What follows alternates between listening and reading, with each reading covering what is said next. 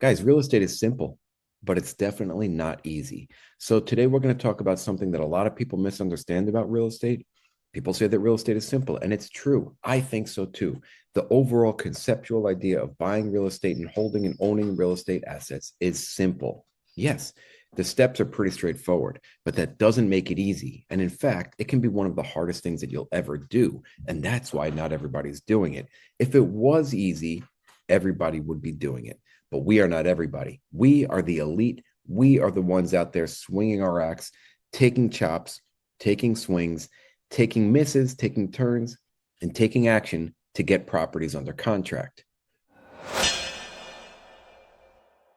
Here's what I mean when I say real estate is simple. The framework is clear. You learn how to underwrite a deal, you build relationships, you submit offers, you close on deals, you operate the properties well or fairly well, you hold, you refinance out, you sell, you take that cash and you reinvest it, etc. That's the game. There aren't 700 different top secret tricks. You don't need magic. You don't need to reinvent anything. And when you look at all this on paper, you're like, oh, yeah, I can do that. And we all can, because that part is actually very simple. But what's the hard part? The hard part is everything that happens in real life between those bullet points I just mentioned. The hard part is staring at the numbers at 10 p.m. after working your W 2. The hard part is getting rejected by brokers, getting on calls with potential sellers, getting told to go F yourself, striking out 1,000 times, being ignored for months, feeling like you're behind in everything, wondering if you're crazy for doing this, feeling like you should give up, losing deals, losing sleep, dealing with tenants, real problems, serious lawsuits, partnership issues, maybe negative cash flow months, maybe having months where you need to inject capital in from your own capital. Guys, this is not an easy game. And on top of that, you're seeing other people post their success stories. Social media is killing us, guys. That's just one little aspect. The hardest part of this game is the emotional side, the financial side. Nobody prepares you for these issues. Obviously, you know that you're going to get into it financially if you're buying a multi-million dollar property. Yes, but not everybody is open upfront about the emotional aspect of it and the amount of work it takes to actually execute on your business plan, to actually get these properties under contract. Nobody really prepares you for that because this business will expose your doubt, your impatience, your fears, your excuses, all of it. And you have to keep showing up anyway, or else you're going to lose that property. Or that's when you start having the negative cash flow months, or that's where you start losing tenants, or that's where the bank starts knocking on your door and saying, where's your mortgage payment? Nobody prepares you for that. Another thing that people don't talk about enough is that this game is slow. All right. So deals take time. Relationships, they take time also. I was just on the phone with a friend of mine. I said, look, it took 5 years for me to really build out the partnership that I have today. And it's still kind of dynamic and changing.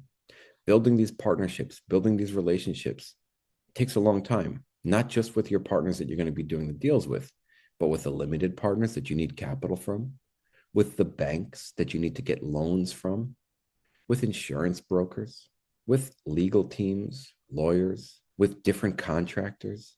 These relationships, this trust takes a long time. Learning, growing, networking, expanding, understanding different markets.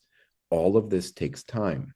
When you purchase a property, you're usually not going to refinance it or sell it within a year or two. So you're not going to see much capital. Yeah, you might get some cash flow, but you can't rely on that and you can't live off the cash flow.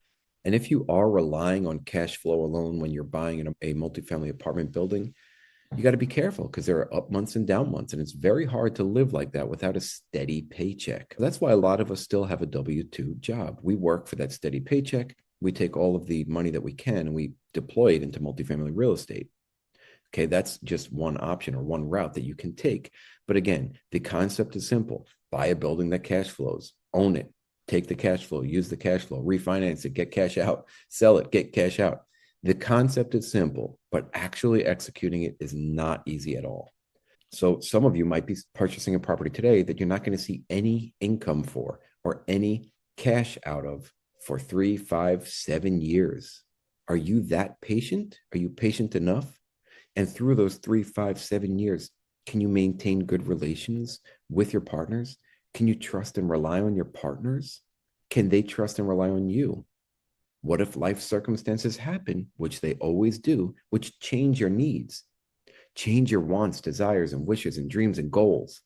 This is a long game. It takes patience. So you have to think in that way, especially when you're getting into partnerships and relationships. Now, remember, this took me 3 years to get involved. So I also want to kind of reset the expectation for you here. So I got into my first deal in about a year and a half or so into my journey, but it wasn't my deal. I came on as a co-sponsor. I partnered with somebody who had a deal.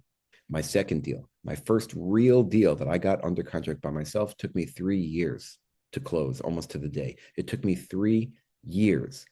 And that waiting period, that's where people quit because they see shiny objects all around them. Perhaps they can do a quick fix and flip, make 15 grand, 10 grand, 5 grand, nothing. Perhaps they see mobile homes and then they change asset types. Maybe they look at storage and they hear that's the hottest thing, or industrial, and they change and they change and they change and then they lose track. The people that you're competing with in multifamily are experts. These people, the ones that are in it for life, are the ones that you're really competing against, and they're getting the best deals because they know the best deals, they have the best relations, they have the best access to resources, and they close these deals. But they've been doing it for 20 plus years. You, on the other hand, if you're just starting, you have to think that it's going to take you time, and you have to be accepting of that, and you have to be okay with it. Delayed gratification is a huge quality that we need to have in this game. And if you don't have it, perhaps you need to do something else. So this journey forces an identity shift. You stop being a W-2 employee who wishes they could invest, and you become an operator, somebody who's building something real, somebody who's in this for the long term. That identity shift doesn't happen just because you read a book. It happens because you keep showing up when it's uncomfortable, when you don't feel ready, and when you don't know everything yet, when nobody's clapping for you, when you're up late at night, when you're up early in the morning, when you're doubting yourself. That's how you become the person that you need to be to actually run deals. Look, I'm not pretending I've ever made it or retired or built $1 billion portfolio. I am in the trenches just like a lot of you. I've taken punches, I've lost money, I've had wins, yes, but I've had setbacks, a lot of them. And I still believe this, that real estate works, but it demands grit, it demands patience, it rewards the delayed gratification, the people that can wait. It demands emotional maturity. And the process is simple, like I said, buy an apartment building that cash flows. But becoming the person who can actually execute on that and make it happen, well, that is the hard part. So here's the question I want you to sit with. Are you willing to do something simple, even when it feels hard, slow, inconvenient, uncomfortable? Because if the answer is yes, then you're going to be fine in this business. But you may not move the fastest, and that's okay. You may not talk the loudest, and that's okay. But you will still be standing when others tap out. I have seen so many operators, or quote unquote operators, quit after a few light jabs getting punched in the face. I've also seen them quit because they're just impatient. I've seen people change asset classes or change directions so many times, and that's okay. But those people are not going to be my partners. And you need to start from the beginning right now, thinking, are you fit for this? Are you going to be the person that is going to see this through for the long haul? The person that's going to be here 20 plus years, 30 plus years, post retirement, setting up their kids for success. Are you that person? Now, if you are, good. Believe in yourself and then keep doing the steps you need to take to get to your end result, which is going to be years down the road. But don't give up because you need to know that I am here in your corner. I am cheering you on. I will never throw in that towel, no matter how many punches you take. You need to throw it in for yourself. I'm not going to let you quit. I'm going to watch you. I'm going to cheer you on from the sidelines. I'm going to say, yes, you got this. Keep going. I will encourage you. But you need to be the person that has the knowledge and the belief inside them, knowing that this is going to work. But yes, it's going to take a lot of time, a lot of grit, a lot of struggles, a lot of reps, and you got to stick with it. So if episodes like this help you stay grounded, share it with somebody who needs to hear something like this. And if you want tools and structure to support your journey, go grab my free multifamily credibility kit or anything else that is in my Stan store.